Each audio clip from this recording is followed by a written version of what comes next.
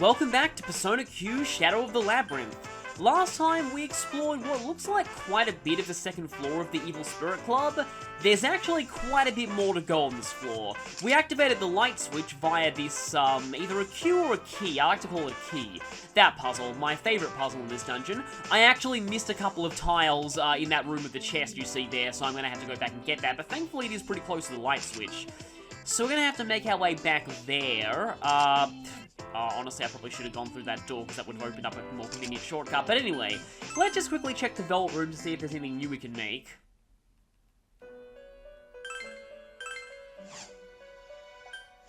Okay, Narasima, Ose, Gorgon. Okay, Null Petrify is going to be really useful for an optional boss in this dungeon that unlocks once you get to the 4th floor.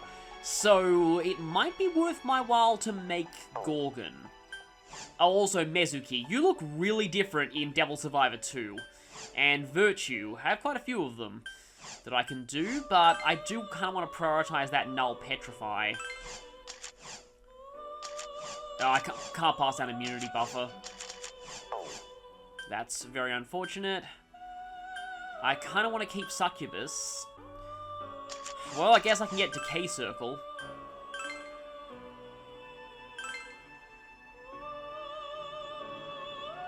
Sort of wish I had more skills on Gorgon, but Null Petrify is nice.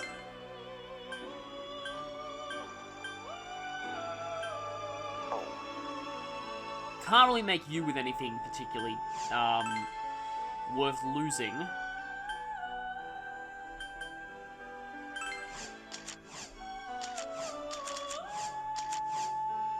Oh, that requires losing Succubus. If it weren't for that, I'd actually go for it, because I can pass down Null Petrify to something stronger than Gorgon. Okay, question is, can I make you out of Incubus? Yes. Oh, wait, that's Orochi. Nozuchi, Gorgon, Incubus. Yes, I can actually do that, and thanks to Incubus's massive number of skills, I can pass down a ton of skills onto you, which is pretty good. However, I will need to buy back Incubus later on in this dungeon just to show something. For now, though, let's see. Let's obviously go with Null Petrify. There's a lot of options I could go with, although I could go with another Impure Reach Toxic Slice combo. Or Tentarafu. Yeah, there are a few things I could do. How about Impure Reach, Toxic Slice, and, yeah, Impure Reach won't affect binds. I've probably said this several times before. Mighty Swing is not bad, though I get the feeling that you'd learn that naturally anyway. I did miss having Glacial Edge. The Tentarafu... I've got Tentarafu on other personas. Let's go for Glacial Edge, actually. Oh no! I can't skip this, and you know what that means? We're getting our first fusion accident! And I love this animation.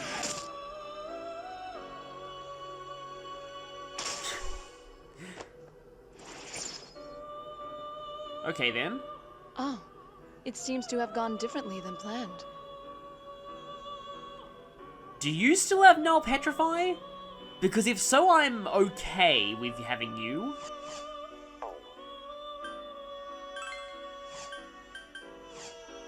You still have that, you have all the skills I was passing down, and you're even better than what I was trying to summon. That's actually very good. That worked out quite well for me. Now, is there anything I can sacrifice? Well, I'm not really using Mothman and Unicorn, and I do really want that Death Scythe on Red Rider, so yeah, let's sacrifice into you. So there's Death Scythe, and your next skill is Aguilar, which I don't really care about that much. Don't really want Queen Mab either, but there isn't that much else I could sacrifice here. I probably want to keep Waffle for the Miragi. I could sacrifice Rakshasa, but yeah, you'll be getting Golden Link soon anyway. Yeah, I have a lot of good physical personas right now. Anyway, that should be all for Fusion. So now, party setup. Okay, Fuka is very close to prayer. I should probably keep her as the navigator until she learns that, which might be in a little while. Okay, that's the new weapon that I found in that last area. 1 power, but a chance of strength binds. That's not bad, although I do like the decent physical power, but a chance of poison as well. Yeah, I'll have to think about this. Yes, by the way, this actually is a bedsheet ghost outfit, though you don't get to see it in-game, unfortunately. We can buy survival guards now, and Blackstone mail, which sounds pretty cool. Oh, by the way, Phantom Piece? Yep, there's another Phantom-type enemy in this dungeon. Oh, that's right, that must be what you need to sacrifice Succubus for. Pink shots. Chance of sleep. It's only a little bit better than the weapons we have access to right now. So this is the party and equipment setup that I've gone with. I'm doing something a little bit interesting with Yosuke here. I've given him the Edge Luck Reverse, which makes him super slow, but really, really high luck. I already have Koromaru for speed, so Yosuke is gonna have his role completely changed for this exploration. As for personas, I've got so many physical personas that I'm going to switch over to making Gyarados a bit more physically based this time. Chie is going to go ahead and try out Orthrus. Yosuke is getting Succubus again because he has very high luck but is really slow with this build. Ken is just going to take Maragi, I guess, and then Koromaru will, I guess, I'll use Red Rider for hitting things quickly with status so the Death Scythe will trigger. And Fuka still has the Standard Navigator persona. I bought a couple of Goho M's, so it's time to save.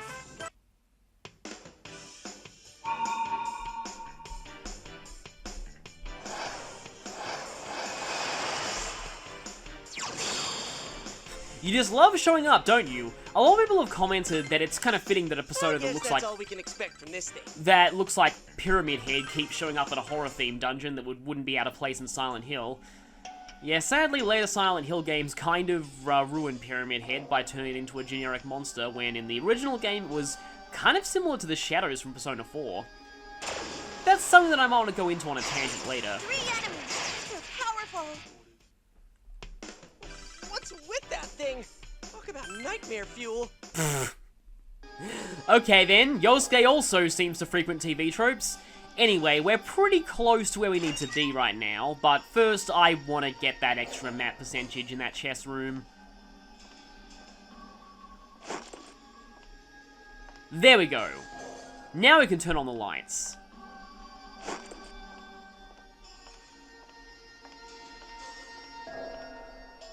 And here is the switch.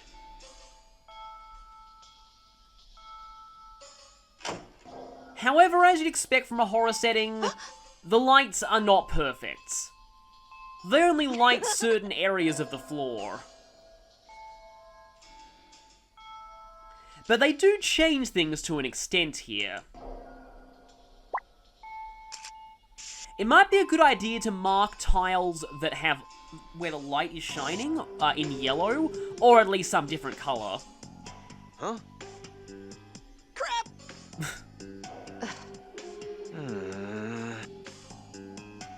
What if it's a key made out of a human bone? A pick you'll find among the bones. How dare you?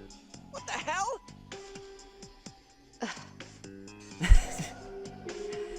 And thus the Empress has spoken. Oh. Well, Well, a human bone being found in a school would be pretty terrifying. Unless it was part of, you know, an anatomical model and it was just plastic. Yeah, that was actually talked about a bit more on the P4 route, not so much on the P3 routes. Which makes sense since it's a direct reference to Persona 4 that many players of Persona 3 would not get, also Teddy-owned. Lab storage room. Hope you wrote down where that was on the map. I'm pretty sure it was this one. We'll find out either way. But yeah, the lights don't really do much in this room, except, yep, there it is, lab storage, except allow us to find that key. But in later rooms, the lights will have additional effects, as we're about to find out. Firstly, though, let's open this shortcut. There's something funny about that wall. As you can see here, the lights are on in this room, and this is a very large, wide room.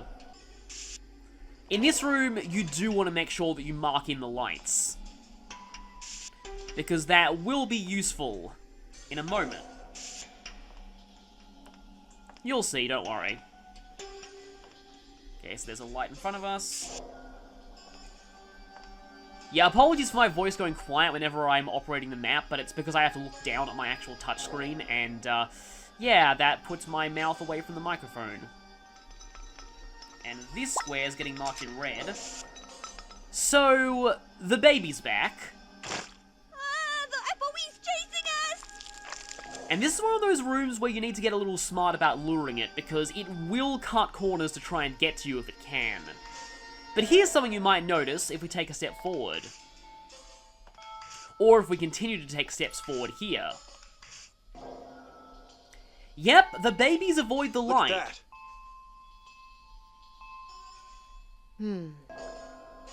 And that's why it's useful to mark in the areas that are lit up on the map. Yay! Like Teddy said. Wait a minute, if Teddy suggested something that I already did without his input, does that count as Teddy owned? You know what, I'm gonna count that. Owie! So, hi there, creepy baby. Yeah, you do have to be careful here, because if you're not, if you don't do this just right... But yeah, here I can safely walk right next to the baby, because it won't actually follow me into the light. So if we keep this up, we can outrun it. That wouldn't have been possible, well, it would have been a lot harder without the lights. I think there's still probably a way that you could have got away from the baby. But still, the lights make that a lot easier. Oh, I totally forgot that we're not out of the woods yet. It is still chasing us. However, that should be a door. Yep, we're through. Oh no. They're strong. Yosuke, keep your head in the fight. Why are you picking on me? We haven't actually heard much of Yosuke and Chie's unique battle lines. But anyway, at least this isn't 3 corrosion enemies, but 2 corrosion enemies is still pretty bad. Let's try and... Well, you do have a lot of fire attacks in this party. Heat Wave is not a fire attack, this isn't Pokemon. Oh, I forgot what Heat Wave actually was. That was one of those Persona skills that I tried looking up because I wanted to see if it made more sense in Japanese, being physical. I do remember that Rainy Death, that one skill, is actually something like Rising Drizzle Shot, which implies it's like an arrow or a gun attack. I'm counting on Morpheus. A lot of them were fairly similar to their English names, but there were a couple that were definitely a bit different, and I felt like their names maybe made a bit more sense in Japanese, but surprisingly less than I expected. The localizations on the attack names in Persona and in regular Shin Megami Tensei are usually pretty good. But, okay, so this is going to sound like a weird tangent, but I've been playing Devil Survivor 2 lately, as you no doubt know, because I keep referencing it, and one thing I will say about the translation... I believe that enemy is weak to fire.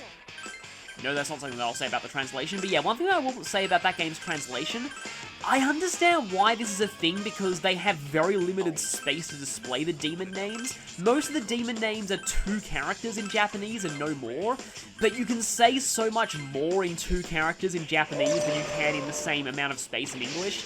And I feel like the translations on some of the demon race names in Devil Survivor 2 and by extension 1 are a little bit hard to understand, and many of them definitely fall into that made more sense in Japanese territory. Like, for example, the snake race is actually Dragon King in Japanese, which explains why more of them are dragons than snakes. And I think dragon is something different, like the race that's actually called dragon. Then there are a few demon races that they didn't even bother translating at all, like Jaki, Torki, Genma. There's a lot that could have easily had translations, but they just couldn't be bothered. Like, Genma literally means illusion demon, so Phantom, maybe? Phantom could have worked? Ethereal, possibly? Good. It's not chasing us anymore. Ethereal might have been too long. Anyway, back to this dungeon. I mean, I will say, though, some of the race translations were spot on. Like, Tyrant for Ma'or is amazing. And Fallen for Fallen Angel also works. Divine for Angel. I guess while I'm on the subject of this rant, though, why is it that they have Deity, and then instead of Goddess, they just left it as Megami? Goddess is only a couple more letters than Megami. Huh?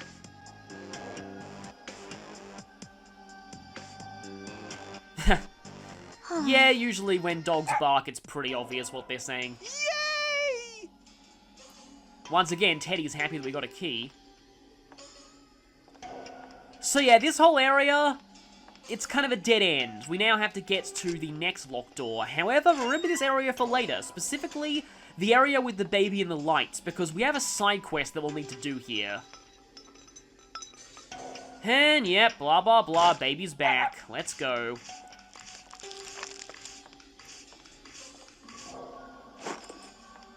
Okay, looks like we got away from the F.O.E.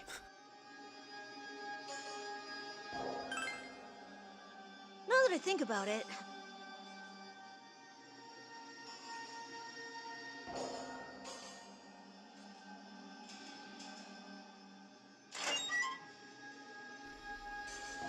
Anyway, we've got more lights in this room. Now, I will say there is something on this floor that a lot of you have probably been dreading.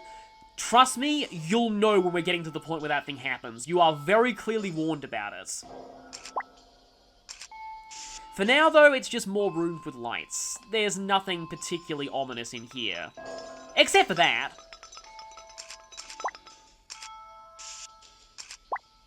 Actually, forgot there was a baby in this room.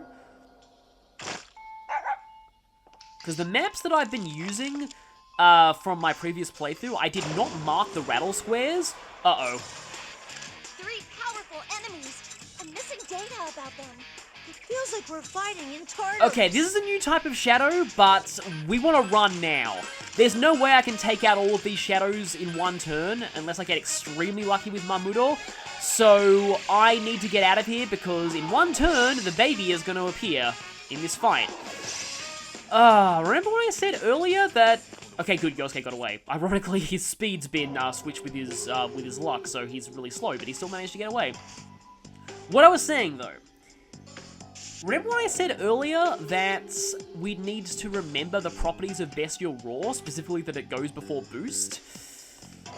Enemies are now going to use that against us, and going before Boost is extremely annoying when it's in the hands of the enemy. Oh, great. Okay, we're going to need to come back here for map completion.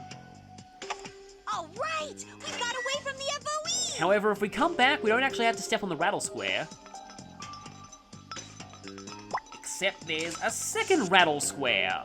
Interesting. Both seem to spawn the baby at the exact same spot. However, by making use of this light, we can actually not get through. Well, we can now. As you can see, though, the baby does try and head you off, if there's enough room for it, but we managed to get away that time. Did we get away from it? There are some rooms where that's a bit harder. Treasure box. Is it filet mignon?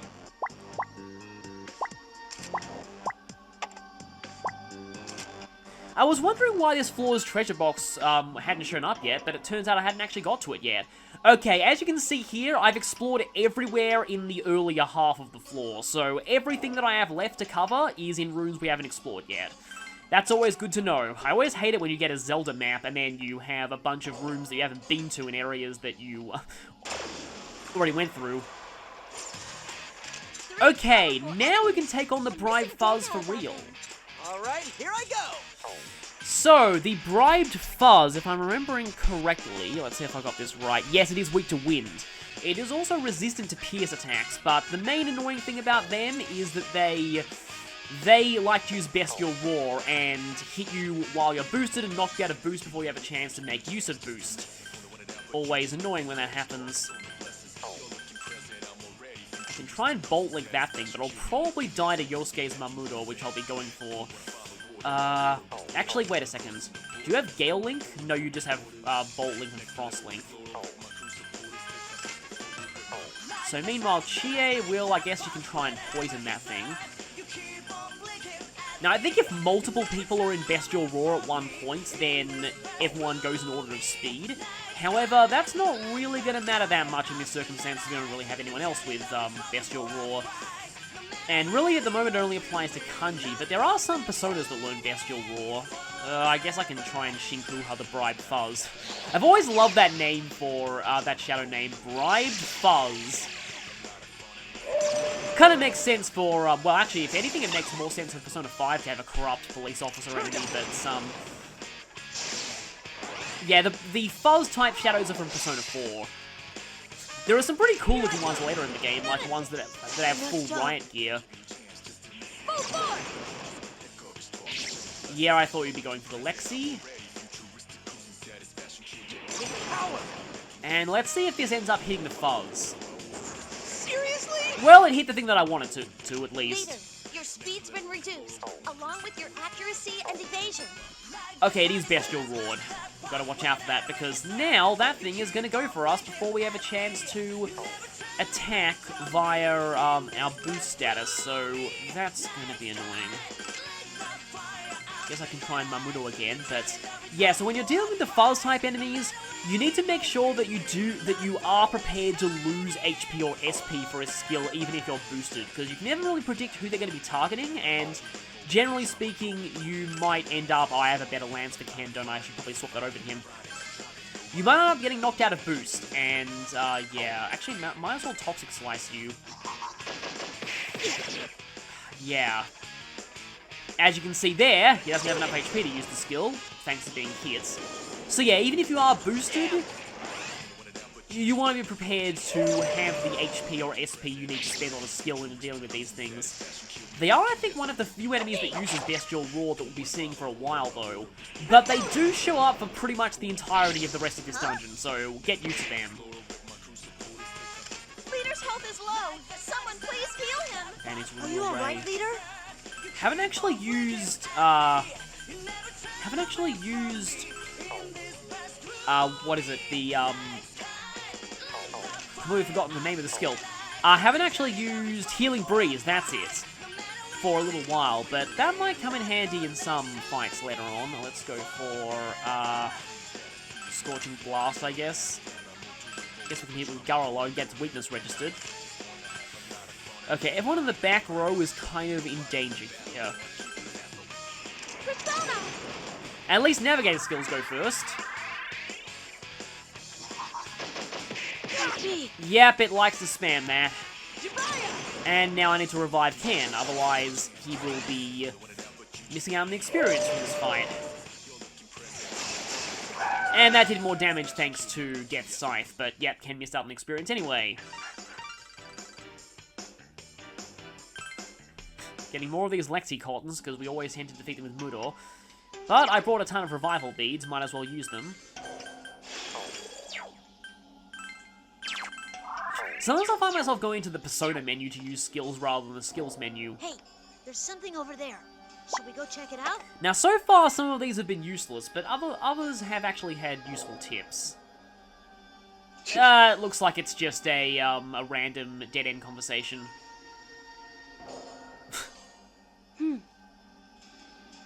Huh? I'm sorry.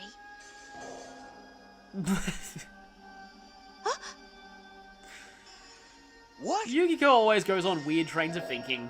Whoa.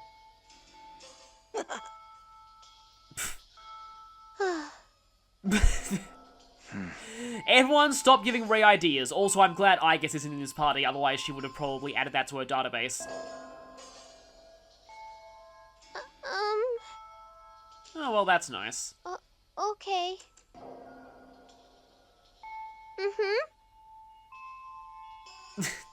What?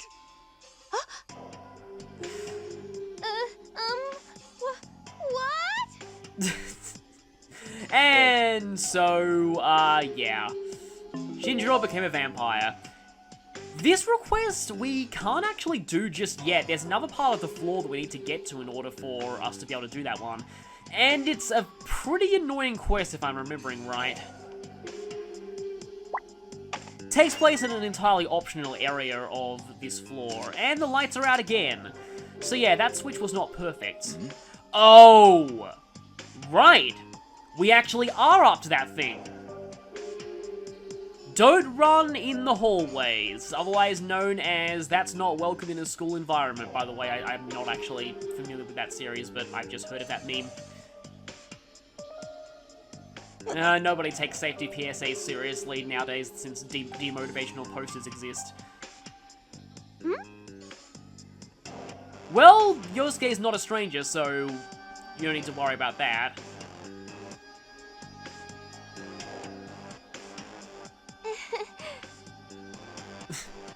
No, damn it!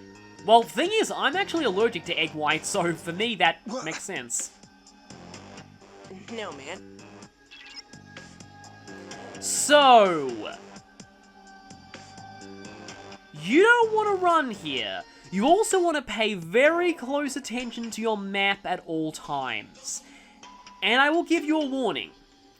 There are going to be jump scares. That's the theme of these FOEs. So, just a heads up, so that you know you're ready for them. Because, of course, you couldn't have a horror setting without jump scares. So, let's go. Okay, nothing there. This seems perfectly fine. There's no way anything's gonna jump. Hi there!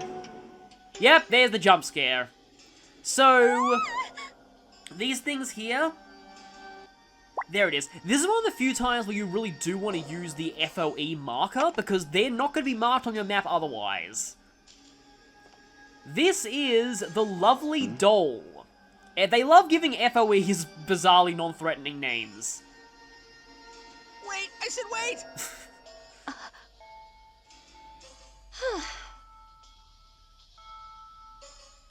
Well, of course, Kanji wouldn't be scared by something that resembles a doll.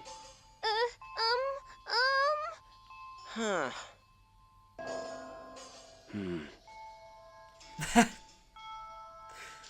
So, the other reason why you don't want to run is that these things are fairly dangerous. They are actually weak to standard physical attacks. You also want to make sure that you don't accidentally press forward on the directional buttons, otherwise you will run into them. There's another reason why you don't want to run into them. Let's just say that the doll portion of this FOE, the phrase tip of the iceberg comes to mind, and you'll see why if you accidentally run into one, so don't. Anyway, you have to be very, very careful where you go in this room. And no running, as long as you move slowly though. It's really not that bad. So there's another one.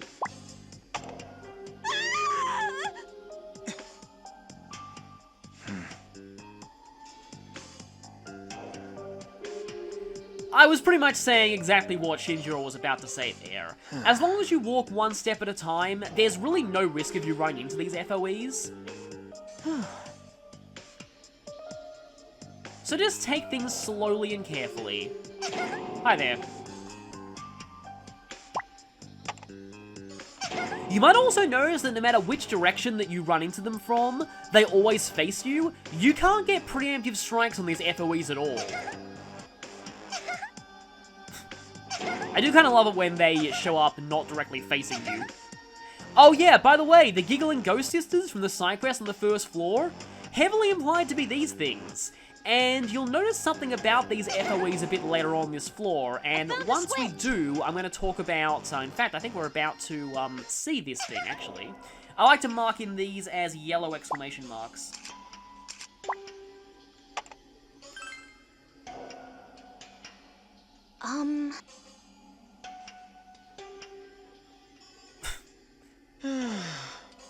Yep, everyone votes for turning it on.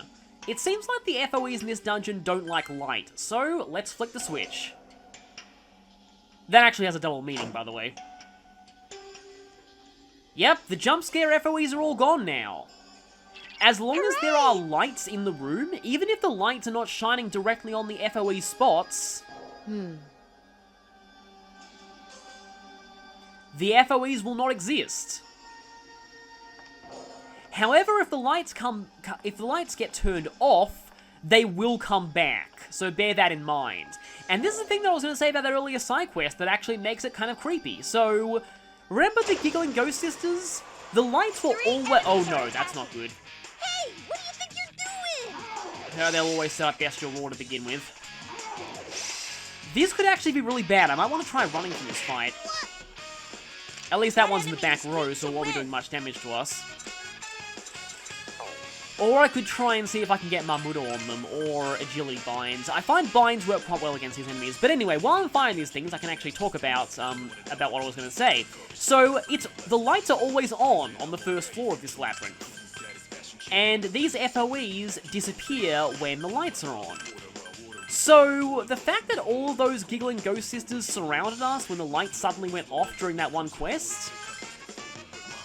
The lovely doll F.O.Es easily could have been, for all we know, all over that floor. We just couldn't see them. So yeah, enjoy thinking about that every time you go through the first floor. What the? How dare you shoot at my dog. I'm glad you didn't hit chair, though. What the? She had just enough HP to go with that, though. Don't know if this will work. It did, nice. But Chie desperately needs healing now. Well, that's that. I think things are worth a pretty good amount of experience. Though the amount of experience you get from battles is directly proportional to how high your level is compared to them. I'm pretty hurt here. Can somebody heal me? I haven't mentioned that yet because I felt it was pretty obvious. Most RPGs do that. Scaling experience proportional to level difference. Oh, hey, isn't that a power spot? Yeah, you could do really good things with that in Pokemon Gen 6 by setting up a secret base with Blissies. That might still be Phantom Mages. They're a bit rarer later on this floor, though. They prefer to throw the fuzzes at you. But anyway, I guess while we're here... We're still only 66% of the way through this floor, by the way.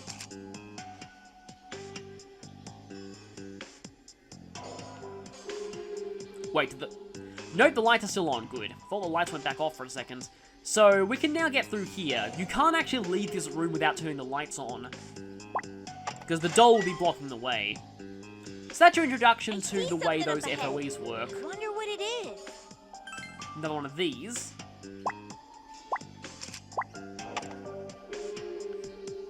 Construction paper with shapes. Wow. Oh, I had incredibly heavy maths textbooks back in high school. I still remember the day that I graduated high school was a dreaded day because we had to take home all of our textbooks. That, I walk with a hunch now because of how heavy my backpack was in high school with those maths textbooks. Yeah, it pretty much permanently crippled my back. Kind of.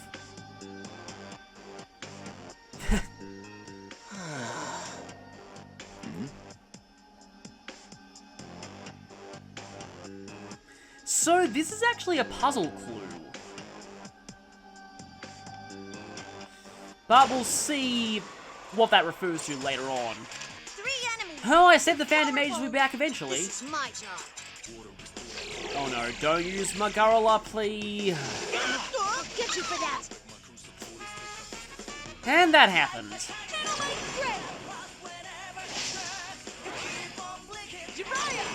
Okay, this better hit a lot of them. Seriously? Hit most of them. Cancun, you're hurt. It hurts, but I can take it. Can you though? I guess we'll see. Gonna go ahead and heal with you. At least you don't have to worry about the fuzzes here. Actually, probably best to go for the one that's not panicked. I can try for a Mamuto, I guess.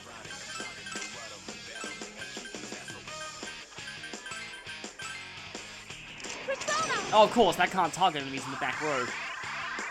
Sometimes I keep forgetting that, but it's because I'm so used to Shinkuha, which can target anything on the map. Oh, I shouldn't have done that. I was an idiot, because that will overwrite your panic. I am so dumb. I am so dumb. I'm so dumb. I'm so dumb. At least we're mostly fully healed.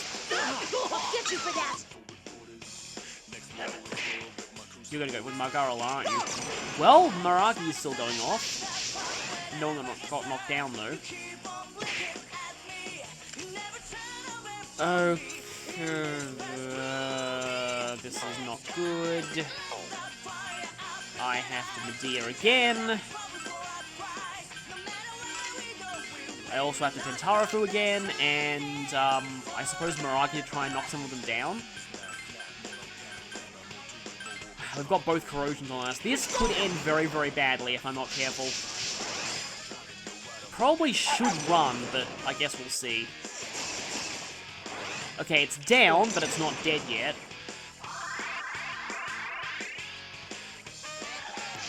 Okay, singular Zionga, and I was weak to that anyway. Oh, there's the Margarla.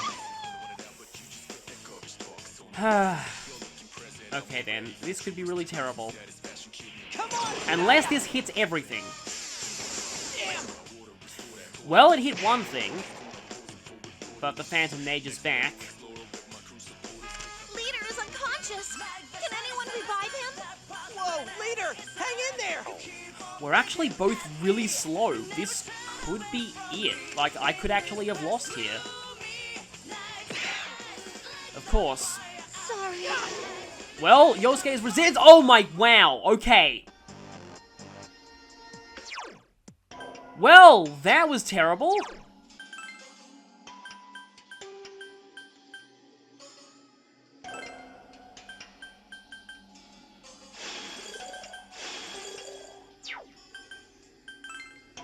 Yeah, you have Recalm. Which Ken also has. Oh, Ken has Medea too, I guess. Okay, it's really stupid to continue here.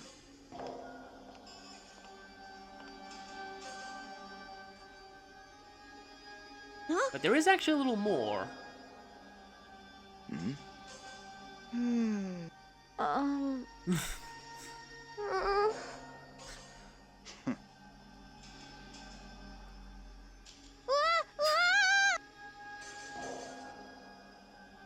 I suppose we should turn around. And it's an enemy. Thought so. You guys again. Shadows. They're strong. Leave it to me. I'll take this. Okay then. I almost got destroyed in that last battle. But I could try and fight this. We'll see how this goes. At least Koromaru has a decent amount of SP.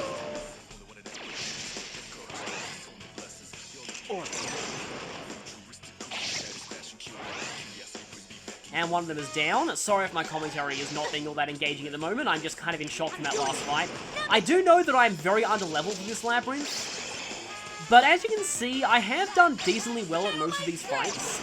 I don't really feel the need to grind that much. Some people are wondering if I'm avoiding grinding because it makes it take longer between videos. It's not so much that, it's more just due to the way that I play RPGs. If I can get through somewhere without grinding, I usually will try and get through it without grinding. I tend to avoid grinding unless I have no other choice. In this game, the personas you get, like, I prefer to rely on upgrading my personas and getting better moves than just brute forcing things by grinding.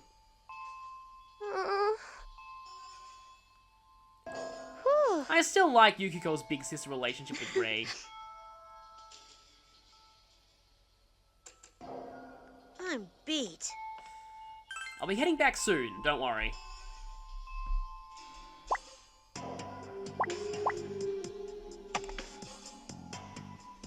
Oh. It turned out that trap was pretty much for nothing.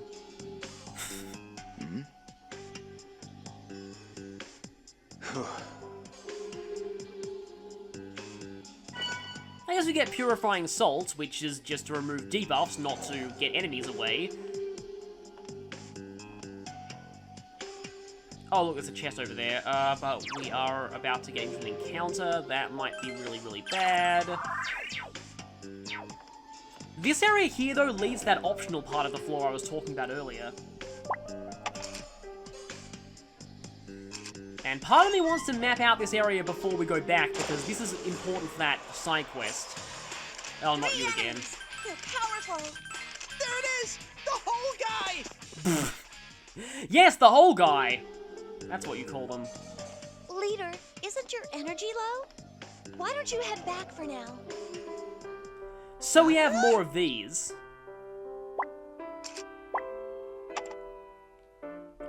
You know what that means? There's gonna be babies in this room.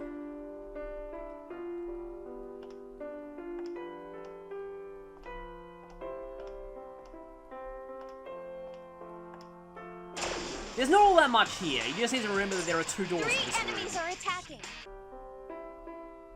Leader, are you okay? It looks like you're exhausted.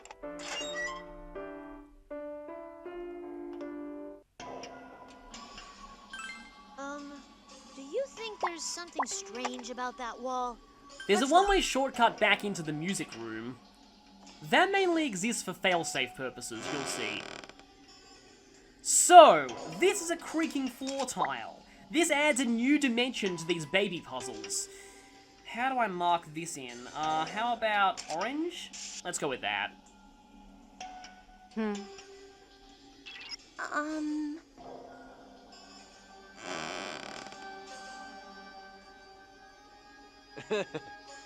So, you know what creaking floors tend to do? They tend to wake up things that are asleep. Huh? Oh, by the way, what Mitsuru is referring to here is a Japanese security measure in ancient castles called the Nightingale Floor. Don't know if I've talked about this before, I feel like I have. But Japanese castles had an interesting measure to protect from ninja infiltration. They'd put intentionally creaking floorboards in, so that if a ninja tried to sneak in, they would hit the floorboard and alert everyone.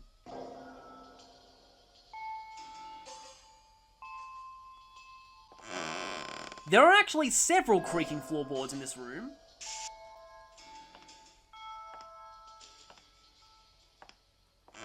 Like that one.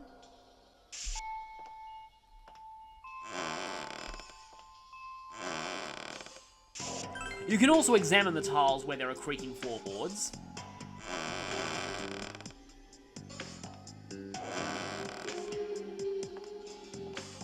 So you'll need to remember their locations. Because in this hallway, there is actually 2 babies. That F.O.E. is heading right towards us. And if they fall asleep, they'll wake up again if we touch a creaking floorboard. I guess I can show this here. You might think that we can get out of this situation by doing this, but if we do, the only way we have to get back into this hallway is to go through a door, and that would reset the baby's position. I'll just do this just to get the demonstration out of the way. Yep, every early parent's worst nightmare, the baby is awake again.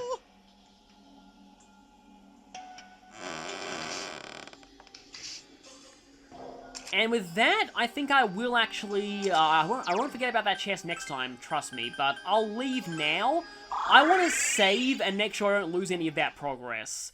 Next time, though, we'll go to the nurse's office, and there, we will accept a quest that requires us to go through that room, avoiding the floorboards,